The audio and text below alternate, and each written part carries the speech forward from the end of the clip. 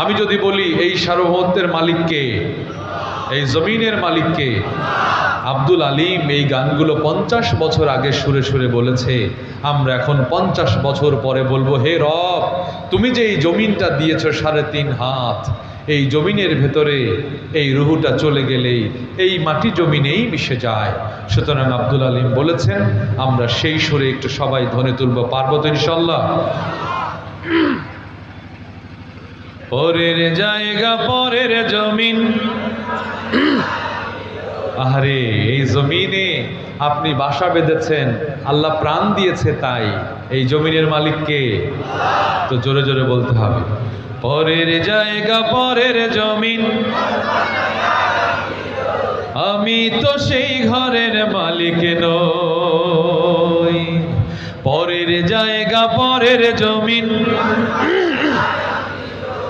আমি তো সেই ঘরের মালিক নই। এই ঘরখানা যার জমিদারি,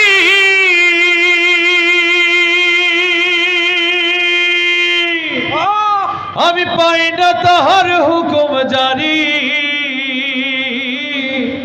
এই ঘরখানা যার জমিদারি, আমি পাই না তাহার হুকুম জারি। আমি পাই না জমিদারের দেখা, পাই না জমিদারের দেখা, মনের দুঃখ কারে কই, আমি তো সেই ঘরের মালিক নই। পরের জায়গা পরের জমিন,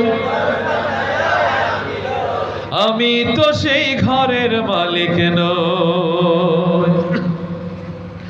জমিদারের ইচ্ছে মতো দেই না জমিন চাষ, তাই তো ফসল ফলে না রে দুঃখ 12 মাস। জমিদারের ইচ্ছে মতো দেই না জমিন চাষ, তাই তো ফসল ফলে না রে দুঃখ 12 মাস। আমি খাজনা পাতি সবই দিলাম, তবু জমিহীন আমার হয়েছে নিলাম।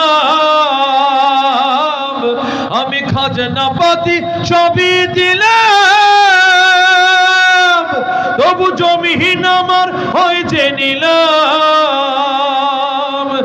আমি চলি যে তার মন জুগায়া, চলি যে তার মন জুগায়া, দাখিলায় মেলে না সই, আমি তো সেই ঘরের মালিক নই। পরের জায়গা পরের জমিন, ঘর বানায়া আমি রই, আমি তো সেই ঘরের মালিক নই। পরের জায়গা পরের জমিন,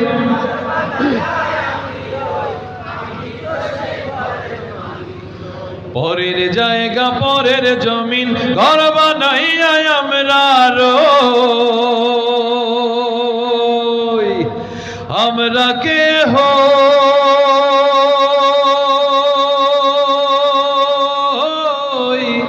ঘরে